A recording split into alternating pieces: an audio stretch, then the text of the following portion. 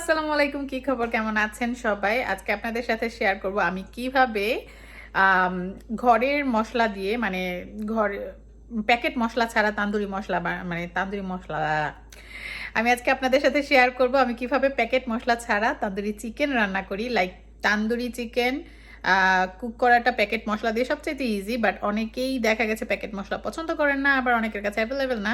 So আমি ঘরে কি কি ইনগ্রিডিয়েন্ট ইউজ করি প্যাকেট মশলা ছাড়া। লাইক রাসেল খুব একটা পছন্দ করে না, কজ এটা সামটাইম ওর কাছে ও তো খুব একটা স্পাইসি লেভার না, ওর কাছে একটু স্পাইসি মনে হয় বা একটু সাওয়ার মনে হয়।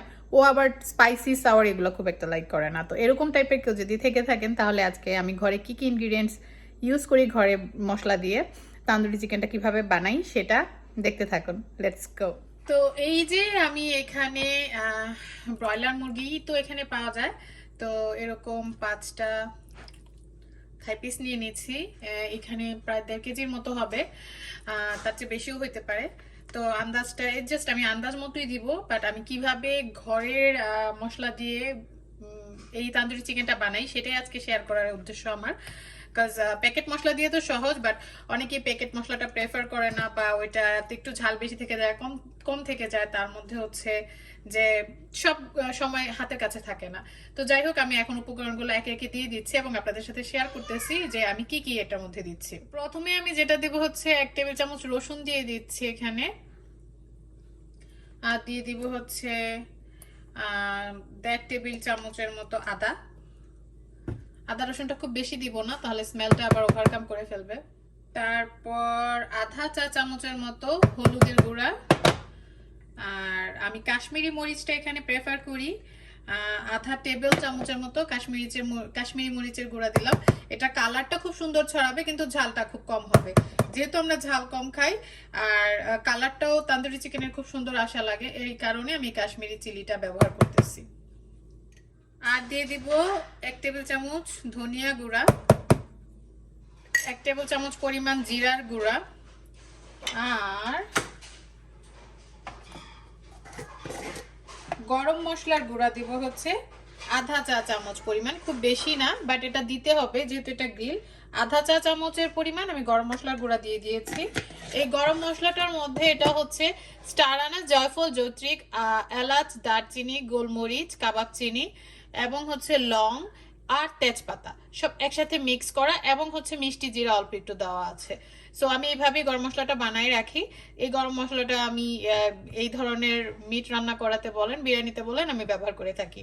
সো এই গরম মশলাটা আমি আধা চা চামচের মতো দিয়ে দিছি। টেস্টিং সল্ট দিয়ে দিলাম একটু, টেস্টিং সল্টটা দিলে স্বাদ বাড়বে। আর দিয়ে দিচ্ছি টমেটো কেচাপ, আমি ম্যাগি কেচাপটাই ব্যবহার করছি, এটা আমাদের এখানে দেশি দোকান থেকেই কেনা।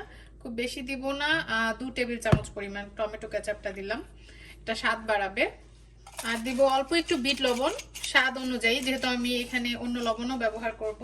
আর দিয়ে দিচ্ছি ব্ল্যাক পেপার, কালো গোলমরিচের গুঁড়াটা, এটাও মানে নিজের ইচ্ছা মতো যতটা নিতে পারবেন। ফাইনালি আমরা খাবারের জন্য যেই লবণটা ব্যবহার করে থাকি পিঙ্ক সল্ট, এখন দিয়ে দিব সেটা, রেগুলার সাদা লবণ হলেও চলবে। ওকে, আরো 2টি উপকরণ বাকি রয়ে গেছে। আমি এখানে অল্প পরিমাণ দই দিয়ে দিচ্ছি, খুব বেশি দিব না, খুব বেশি দিলে আবার টক হয়ে যাবে। এখানে 2 টেবিল চামচ পরিমাণ দই দিলাম। আর দিয়ে দিচ্ছি সরিষার তেল অল্প একটু, 3-4 টেবিল চামচ। যেহেতু গ্রিল, এটার সাথে আর কোনো অয়েল যাবে না, বা আমি গ্রিল করতেছি যেহেতু তেলেও ভাজবো না, অল্প একটু সরিষার তেল দিয়ে দিচ্ছি। গ্রিল অ্যাজ অলওয়েজ নয়েজ করতে থাকে, সো এই সরিষার তেল দিয়ে দিচ্ছি। আরেকটা জিনিস আছে অপশনাল, আমি আজকে এটা ব্যবহার করব না, বাট আমি সবসময় এটা ব্যবহার করি, আজকে এটা ছাড়া করব। এটা হচ্ছে আমি চাট মশলা ব্যবহার করি। এটা কিন্তু চটপটি মশলা না, এটা চাট মশলা। চাট মশলা চটপটি মশলার মধ্যে অনেক পার্থক্য আছে। তো চাট মশলাটা আমি খুবই অল্প পরিমাণে 3-4 চিমটি দেই মাংস, এতটুকু মাংসের মধ্যে। দ্যাটস অল, বাট আজকে আমি এটা ব্যবহার করতেছি না, জাস্ট দেখানোর জন্য দিয়ে দিলাম। এটা অপশনাল, দিলে বেশি স্বাদ হয়, না দিলেও পারেন, স্বাদ হবে না এমন কিছু না। তো এই বিসমিল্লাহ বইলা সব মাখায় ফেলাই। মেরিনেশনটাই মেইন, এটাকে মেরিনেট করে রাখবো আমি ঘন্টা 2 অ্যান্ড দেন গ্রিলে দিয়ে দিলে কিন্তু হইতে বেশিক্ষণ সময় লাগবে না। আর গ্রিলেরও একটা টেকনিক আছে, আমি এর আগেও একটা ছোট ভিডিওতে দেখাইছিলাম আমি কোন অপশনে দেই এটা। মিট কিন্তু এক এক অপশনে দিলে এক এক রকম টেন্ডার আর জুসি থাকে বা ড্রাই হয়ে যায়, এই ব্যাপারটাও আছে। সো যারা নতুন রাঁধুনি তাদের জন্য এটা হেল্প হবে। সো হেই মেক শিওর করতে হবে আমি ভালো করে মাখাইতেছি কিনা, ভালো করে মাখাইতে হবে। মিটগুলো তো আমি এই যে এইভাবে মাঝখান দিয়ে ফেলে দিচ্ছি যাতে মশলাগুলো একটু ভিতরে ভালো করে ম্যারিনেট হয়, ভিতরে ভালো করে ঢুকে। সো ম্যারিনেট যত ভালো হবে গ্রিলটাও তত মজা হবে, যদি পারফেক্ট টেম্পারেচারে পারফেক্ট ওয়েতে করা যায়। মাখানো হয়ে গেছে, আমি এখন এটাকে ঢেকে রেখে দিব 2 ঘন্টার জন্য। 2 ঘন্টা পরে আমি আবার আসতেছি। টাটা। তো এই যে আমি রেডি করে ফেলছি, এখন আমি এটা গ্রিলে চড়াই দিব। আর আমি যেটা করব সেটা হচ্ছে আমি বেকে দিব না, অনেকেই এটা বেকে দেন।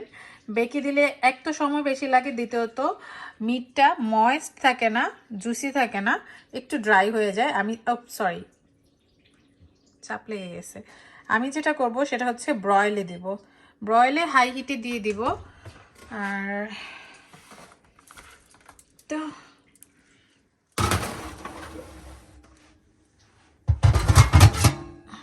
সো এই আমি দিয়ে দিলাম, এখন ব্রয়েল হতে থাকবে। তো এই তো আমি এখন 15 মিনিটের মতো রাখবো। আর ইন দ্য মিন টাইম আমি 10 মিনিট পরে এটাকে জাস্ট একটু ফ্লিপ করে দিব, তারপরে 5-7 মিনিট রাখবো। তো আমি টোটাল টাইমটা অ্যাট দ্য এন্ডে জানাবো।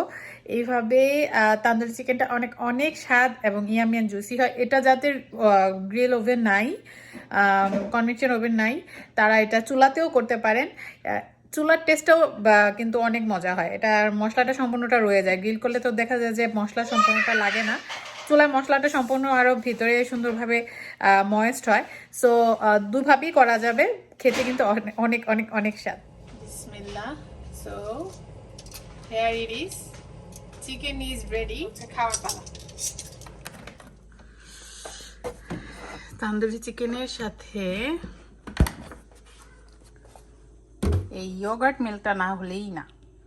সো হেই গো, এখন মজার মজার চিকেন আর এই ইয়োগার্ট মিল্ক, এটা অনেকটাই কি বলবো, লাবাং আর দইয়ের মতো খাইতে স্বাদ।